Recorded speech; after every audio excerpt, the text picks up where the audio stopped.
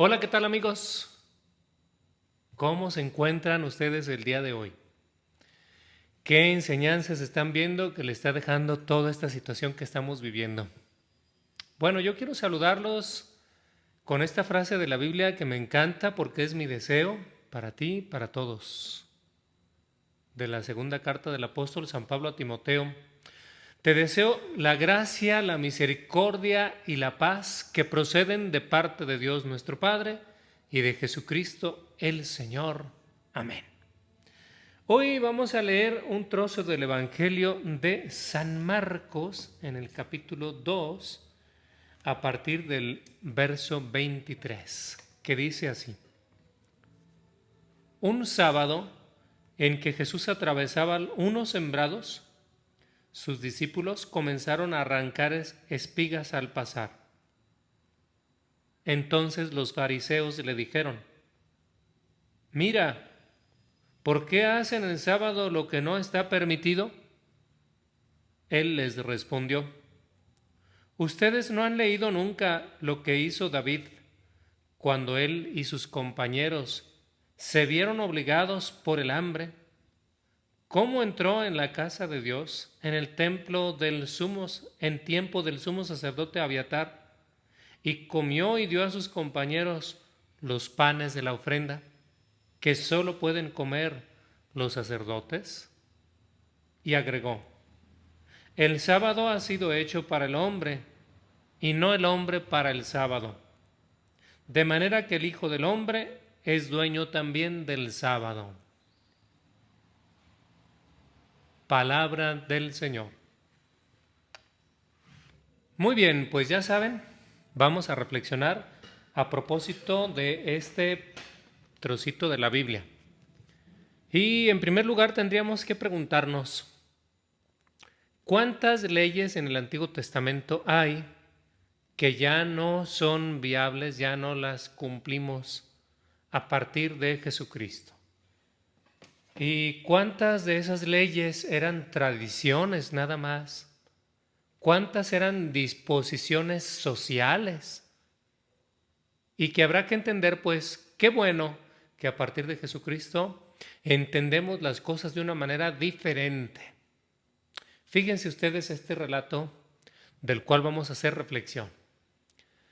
Jesús va pasando por esos sembrados y es que a partir del mandamiento del día sábado, o sea, el sábado para un judío era como la institución más grande que podían tener ellos, el día más sagrado, el día del Señor, y por lo tanto ese día no debían hacer ningún trabajo. Era lo que decía la palabra de Dios. Pero bueno, a ver, estrictamente hablando así, ningún trabajo. Es decir, no se puede uno bañar, no puedes trapear o barrer, no puedes lavar la ropa, no puedes hacer de comer, calentar la comida. ¿Cómo? ¿Hasta dónde es el límite? Y claro, ahí escribas empezaron pues a poner más leyes pequeñas ya fuera de la Biblia, daban ellos algunas normas en torno a cómo cumplir concretamente. Entonces, en ese sentido, había límites. Por ejemplo, no se valía dar más de 1000 pasos. El límite eran 1000 pasos. Hasta ahí. Te pasabas del 1001 en adelante, ya estaba mal visto. En ese sentido era una ofensa a Dios.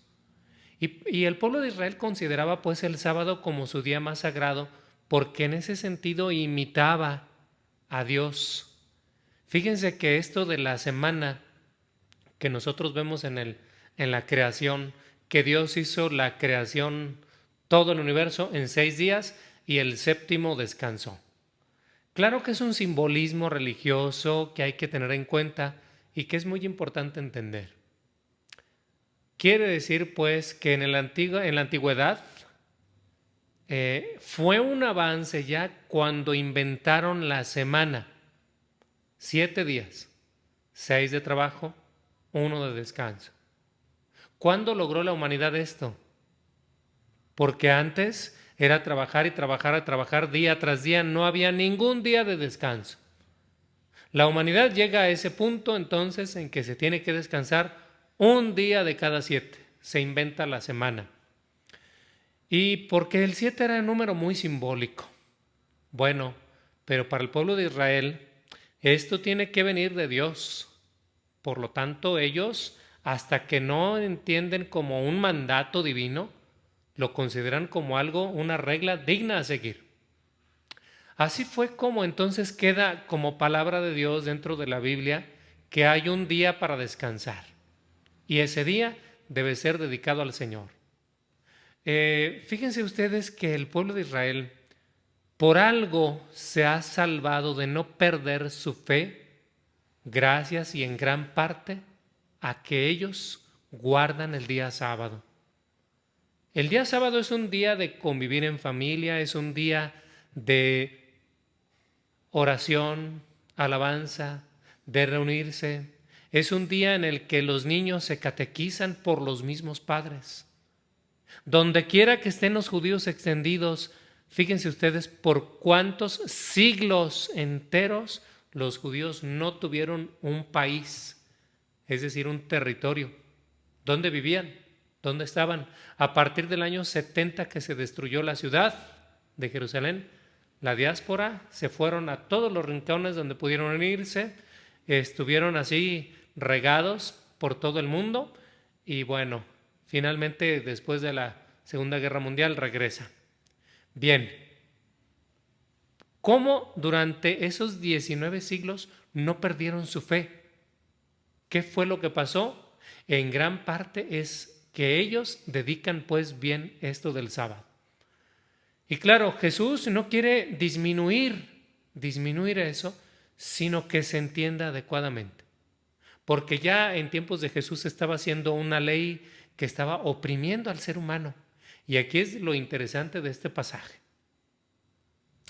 Y volvemos otra vez a preguntarnos, ¿cuántas leyes hay en el Antiguo Testamento? Que qué bueno que ya no las seguimos. Piensen ustedes, es verdad que algunos hermanos separados, algunos hermanos protestantes, luego critican a los católicos de que no seguimos todo lo que está en el Antiguo Testamento. Pues ni ellos lo siguen. Y gracias a Dios. Piensen, por ejemplo, esa ley de apedrear a una mujer hallada en adulterio.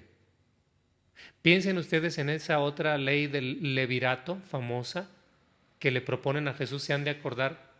Maestro, había una vez 7 hermanos, el mayor de ellos se casó y murió sin dejar hijos, el segundo se casó con la viuda. Es que cuando el hijo mayor se casaba y moría sin dejar hijos, existía una ley que los hijos que seguían, los hermanos que seguían, tenían que casarse con la viuda. Y fíjense ustedes, esto parece una aberración, pues, ¿verdad? Casarse ahí con la cuñada viuda. Y los hijos eran considerados hijos del difunto, porque estaba para ellos como algo muy sagrado el primogénito. El primogénito era el que recibía la herencia, la bendición. Piensen, por ejemplo, cuando se va a bendecir a, ¿se acuerdan esos 2 gemelos, Jacob y su gemelo Esaú? Que los va a bendecir Isaac, y a la hora de la bendición es Jacob el que recibe la bendición, siendo que no era el primogénito, aunque eran gemelos, nació 5 minutos antes, si ustedes quieren, pero no merecía ya la bendición, y vaya, de algún modo pareciera como que se la roba, le roba la bendición. El primogénito pues era algo en la mentalidad judía, algo muy sagrado, porque también venía de otra tradición antigua que ellos supieron superar. Una tradición en la que los pueblos paganos, el primer hijo era sacrificado a los dioses. Lo aventaban por un despeñadero y ahí moría el niño. Y el pueblo de Israel entiende que no es así. Se lo manda a su Dios. Incluso piensen, por ejemplo, en Abraham, que está a punto de sacrificar a su hijo, a su primogénito, a su único hijo, y Dios le dice, no, Abraham, esto no es lo que yo quiero, y a partir de ahí entonces se rescata el primer hijo. Ya no va a morir, pero sigue siendo el rey, el primer hijo. De la misma manera, pues, esa ley del levirato tiene sentido ahí, Pero a partir de Jesús hay muchas cosas que cambiaron y que gracias a la luz del Espíritu Santo la iglesia fue descubriendo que esas leyes ya no tenían sentido. Dije pues, por ejemplo, esa de apedrear a la mujer que era sorprendida en adulterio, la ley del levirato que ya explicamos, otra ley que ya quedó obsoleta y qué bueno, eso de los alimentos puros e impuros. ¿Se acuerdan ustedes que San Pedro tuvo una visión donde bajaba un mantel del cielo prendido de los cuatro extremos y bajaba ese mantel con toda clase de alimentos, puros e impuros, y se le dijo a San Pedro, come. Y San Pedro dice, líbreme Dios, y recibe una visión, unas palabras que le dice, no tengas por impuro lo que Dios ha hecho puro. Y en otra ocasión a Jesús mismo, ¿verdad? Cuando le preguntan a propósito de esto de los alimentos, que si puros o no impuros, y Jesús habla de lo que mancha al hombre, no es lo que comemos, lo que nos hace impuros o lo que nos hace indignos delante de Dios, lo que nos hace malos, pues. Lo que mancha al hombre, dice Jesús, es el veneno que tú dejas salir de tu corazón o dejas entrar en él primero. Y luego dice ahí el mismo Evangelio, con esto declaraba puros todos los alimentos. Todos los alimentos son puros, pues. Ya no hay que tener unos alimentos como impuros. Miren que nos estamos fijando en algunas leyes, porque hay muchísimas leyes en el Antiguo Testamento. Por ejemplo, otra, lo de apedrear a todas las leyes que había en torno a los leprosos. Que si descubrías una mancha tenías que ir con el sacerdote. El sacerdote entonces te daba una carta así como con la que, ¿sabes qué? No puedes estar en la comunidad, eras expulsado de la comunidad. Ya cuando te aliviabas tenías que ir con el sacerdote. ¿Se acuerdan ustedes que Jesús al curar a algunos enfermos les dijo vayan con el sacerdote para que conste? Y bueno, había todo un ritual de reintegración a la comunidad. Bueno, piensen entonces que el pueblo de Israel en el Antiguo Testamento tenía muchas leyes que eran cívicas. No tenían connotación moral. Por ejemplo, esa de los leprosos. No podían los leprosos acercarse al pueblo. ¿Por qué? Por cuestión sanitaria. ¿Es pecado? No, no era pecado, era cuestión sanitaria. Había leyes entonces que eran así sanitarias. Esto de no comer puerco, pues, por ejemplo, es una ley netamente sanitaria. Piensen ustedes, un pueblo que habita donde hay desierto, allá los animales, los puerquitos, pues, ¿qué enfermedades iban a andar acarreando? Pobres de los judíos iban a acabar con esa alimentación. Entonces, prohibido. Lo prohíben. Es verdad, hay una frase por ahí que anda circulando y que prohibido prohibir. Y no sabe la gente ni siquiera de dónde viene. Pero es importante que tú aprendas, pues, que estas leyes están para beneficio del hombre. Fijémonos, pues, cómo Jesús habla de esto en el Evangelio. El hecho es, en el Evangelio que se nos narra, es que los discípulos iban arrancando algunas espigas. Ese ya era parte del trabajo prohibido. Las agarraban, las restregan entre sus manos y se empiezan a comer unos granitos. Ni siquiera fue el gran trabajo, ni siquiera fue la gran comida. ¿Cómo consideraban eso como ya un pecado? Bueno, una falta al día sagrado. Y Jesús que quiere, como puntualizar de qué manera el día sábado debe ser un día sagrado. Y qué mejor que los discípulos, todo el día han andado con Él, escuchando la palabra de Dios. Que agarren unas espigas, Dios lo verá mal. ¿Por qué escribas y fariseos tienen como esa manera tan cuadrada? Este es el problema, que entendieron las leyes de una manera muy cuadriculada, donde no te salgas de aquí porque todo es pecado. Y Jesús pareciera que a propósito se sale de ahí, pareciera como que está retando, pero es para que se entienda, a ver, que se caigan las tradiciones netamente humanas que nada tienen que ver con el mandamiento de Dios. ¿Y el mandamiento de Dios cuál era? El mandamiento de Dios en ese día era: santificarás las fiestas, así lo decimos nosotros en el tercer mandamiento, santificarás las fiestas. Es decir, el día sábado era el día de fiesta. Entonces, ese día debería ser un día de amor, de misericordia, de perdón. Recuerden ustedes que en algunas ocasiones Jesús también sanó a algunos enfermos en día sábado. Ah, caray, ¿cómo es posible? Si es sábado, eso no debe hacerse en sábado. Ah, pero es que no han entendido que lo que Dios quiere, aprendan. Lo que Dios quiere, dice Jesús, misericordia quiero y no sacrificios.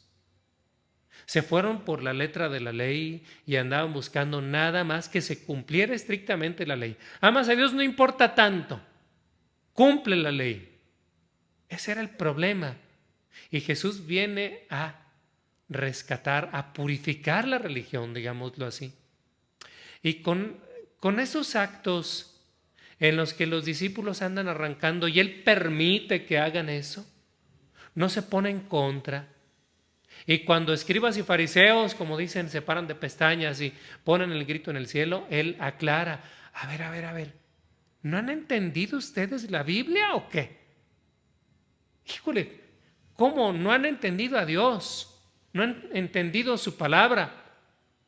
Y mucha gente no creyente que lee la palabra de Dios, tal vez con esa mentalidad superficial o sin creer, es como malinterpretan precisamente muchos de los pasajes, muchas de las leyes, y luego critican de una manera, que dijéramos, burlándose de la palabra de Dios, burlándose de nuestra fe, y pues bueno, no han entendido.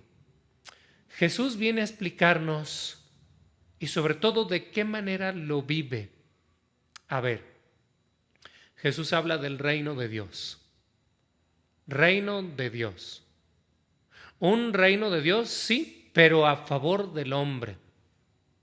Un reino en el que Dios quiere lo mejor para el ser humano. Y por lo tanto, ¿cuál es el estilo de Jesús? Jesús, en su estilo, trata de manifestar a Dios a la manera humana. Ver a Jesús es ver a Dios. ¿Cómo es Jesús? ¿Cómo trata a los demás?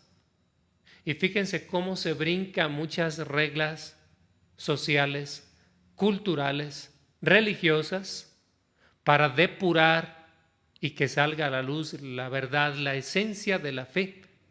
La esencia de la fe es el amor, el bien del ser humano. La ley no se hizo como una carga para el hombre. Dice así Jesús, ¿verdad? La ley se hizo para beneficio del hombre, no el hombre para beneficio de la ley. La ley al servicio del ser humano. Y por eso Jesús nos enseñó de esa manera a quitar muchas trabas culturales, muchas de ellas, como cuando habló con la samaritana. Se acerca Jesús y empieza a romper muchas barreras que había. Judíos y samaritanos no se tragaban, como decimos. Y Jesús brinca esa barrera y se pone a dialogar con ella. Estaba mal visto que un hombre dialogara con una mujer en vía pública. Jesús brinca esa barrera. Y lo hizo varias veces. Y pensemos, por ejemplo, cómo de algún modo les dio un lugar especial a las mujeres.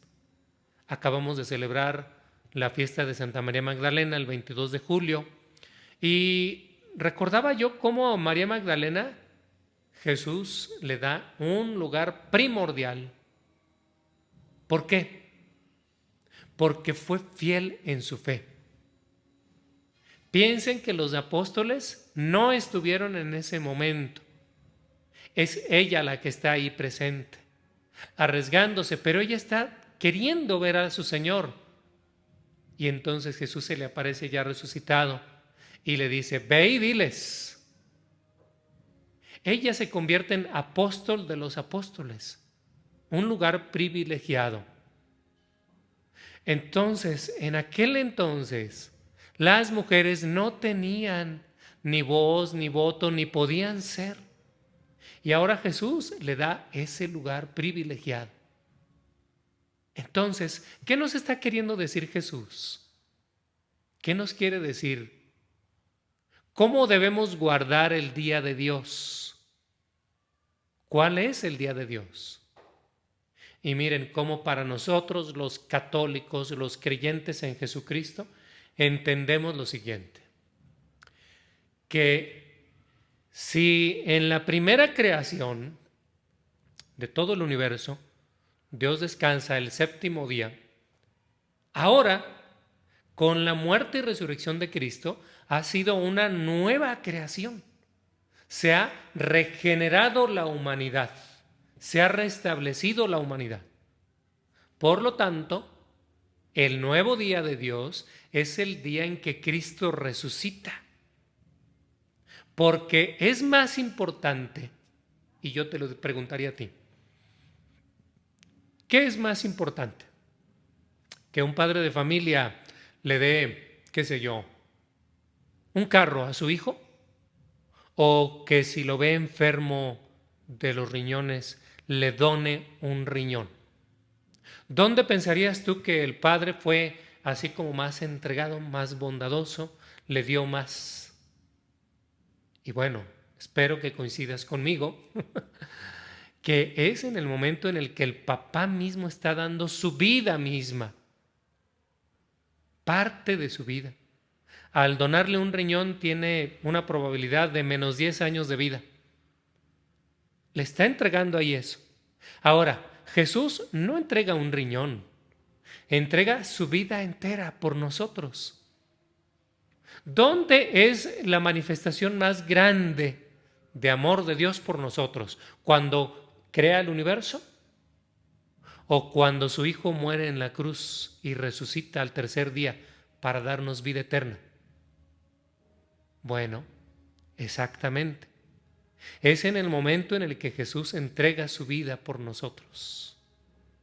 Entonces, esta nueva creación de la humanidad es mucho más importante. No quiere decir que la otra no sea importante. Sí lo es.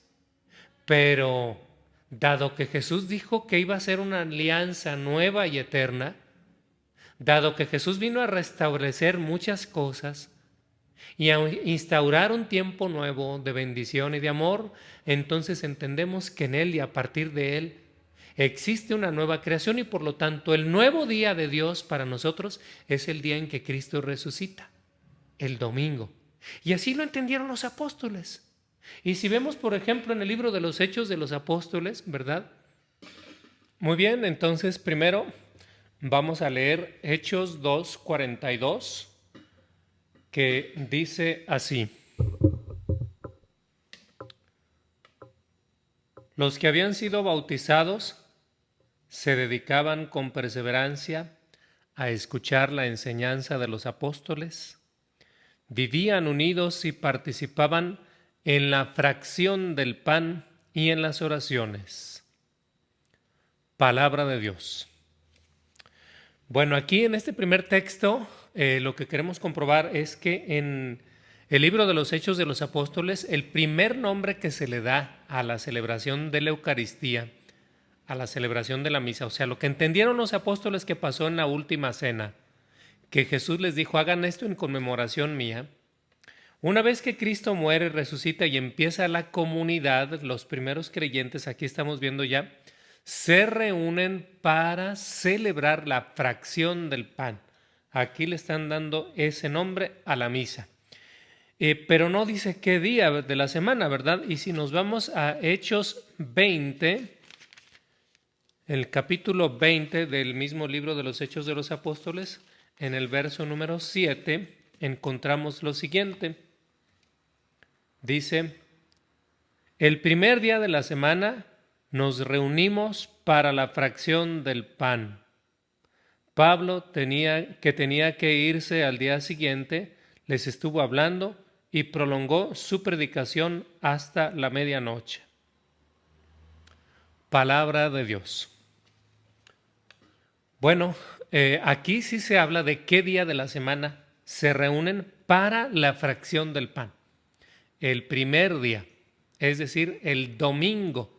Sí, para nosotros esta palabra domingo tiene ya una connotación de cristiana, pues, de lo que venimos creyendo.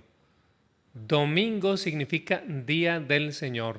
Dominus significa Señor. ¿Y por qué entonces entendieron los apóstoles que el domingo era día del Señor? Hubo varias señales. Hay que acordarnos que Jesús resucita un domingo, que se aparece el domingo, el mismo día de la resurrección, el día que no estaba, por ejemplo, Santo Tomás, ese de ver para creer. Y luego dice después que se volvió a aparecer 8 días después, es decir, se esperó hasta el siguiente domingo para volver a aparecerse con ellos. Y así hubo pues varios domingos que se apareció, les estuvo dando como esa señal. Este es el día de Dios. Bueno, aclarando solamente este punto que estamos así como tocando como de pasada, estamos viendo pues lo más importante es a un Jesús que quiere ubicar exactamente lo que Dios quiere. ¿Qué es lo que Dios quiere? Misericordia quiero y no sacrificios. Es decir, cuando se ven las leyes de Dios desde un punto de vista sin Dios, así como muy cuadriculado, y vistas las tradiciones así, ya sin corazón, sin amor, digamos, esto es lo que pasa, que se olvidan de lo esencial. Y al irnos olvidando poco a poco de lo esencial, perdemos de vista lo más importante. Aquí Jesús con este hecho de dejar que sus discípulos restreguen esas espigas, se las coman, él piensa que ya tuvieron un excelente día de Dios, los apóstoles. Han escuchado su palabra, es más, han andado todo el tiempo pues con él, pero ese día en particular han escuchado su palabra, y si nos fijamos en particular ese día, durante la mañana ya habían hecho oración, habían ido a la sinagoga, era lo que tocaba, pues digámoslo así. Entonces, a Jesús, que ha venido a, dijéramos, purificar la religión, no le causa ningún empacho el que los apóstoles hagan eso, sino al contrario, lo ve como parte pues de la naturaleza humana, parte de lo que pueden hacer, y no ve en eso ningún pecado. Bueno, aclarando pues de pasada que el domingo pues poco a poco se fue haciendo el día de Dios, así lo entendieron los apóstoles, porque Cristo resucitó un domingo. El día que se empezaron a reunir los apóstoles entonces fue el día domingo, el primer día de la semana.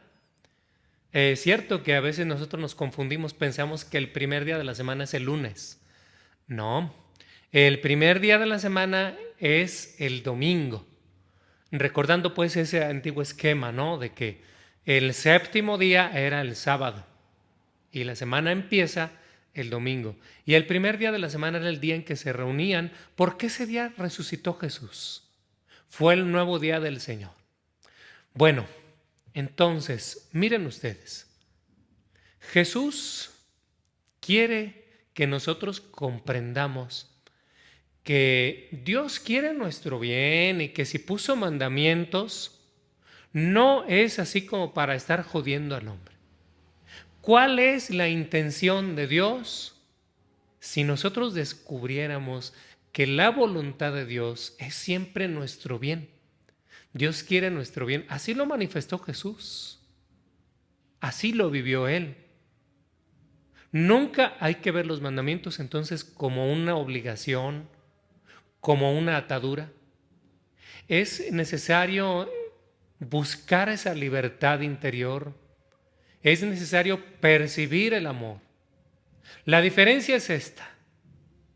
Cuando tú amas a Dios, generalmente tiendes a decir estas palabras: Señor, tú dirás, tus deseos son órdenes. Pero cuando una persona no ama, cuando alguien te pide un favor, hasta te cae mal, te cuesta trabajo. Cuando no amas o cuando desprecias a una persona, te pide un favor o te dice algo que hagas, híjole, ay. Pero cuando amas a esa persona, ¿cómo no? Con mucho gusto, claro que sí. Esta es la diferencia. ¿Amas a Dios? Vas a vivir los mandamientos así, como una disposición interna de querer encontrar esa voluntad divina, que ese Dios que tanto te ama y que quiere lo mejor para ti, y por lo tanto sus mandamientos los ves así, como una oportunidad de encontrarte a ti mismo, de encontrar expresada en los mandamientos unas señales que te indican el recto camino. Qué pena, escribas y fariseos no lo habían entendido así. Escribas y fariseos quitaron el amor y quitaron incluso a Dios.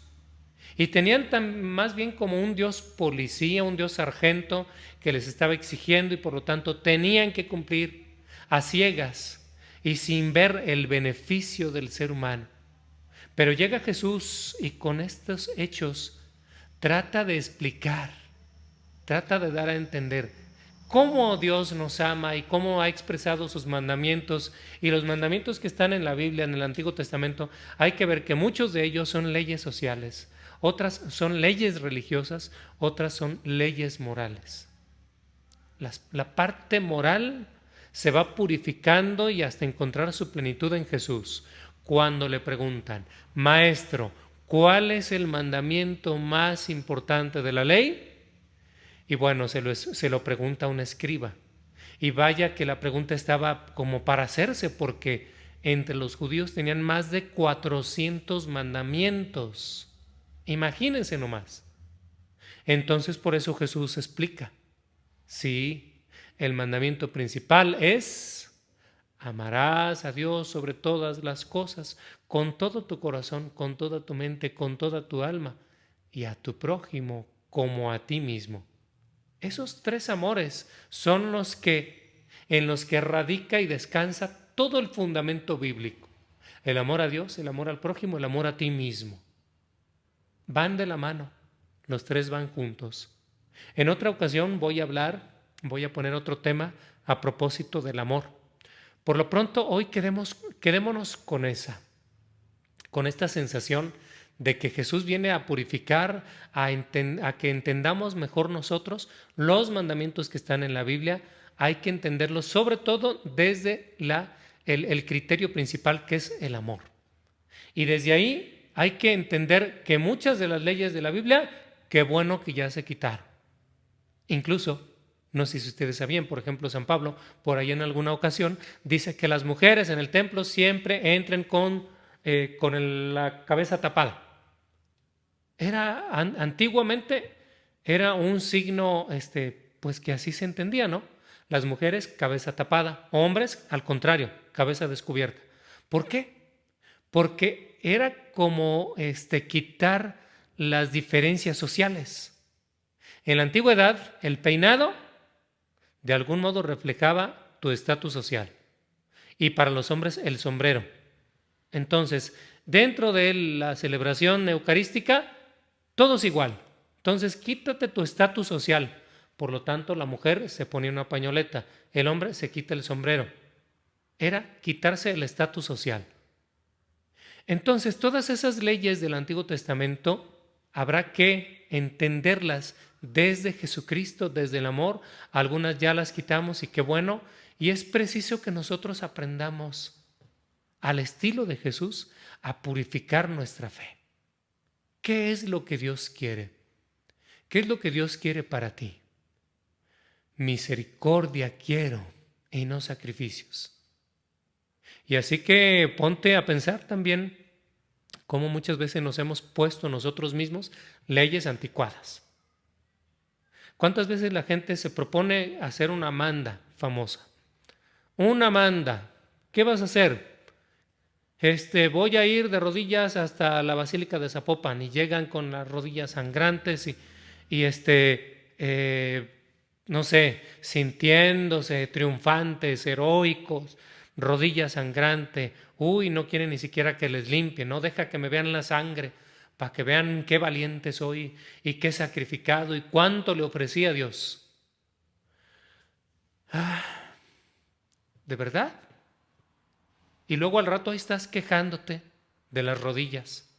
Ay, Señor, pues ¿por qué no me alivio? Oye, si fue por ti, pues ya que me alivie pronto, ¿no? Pon de tu parte.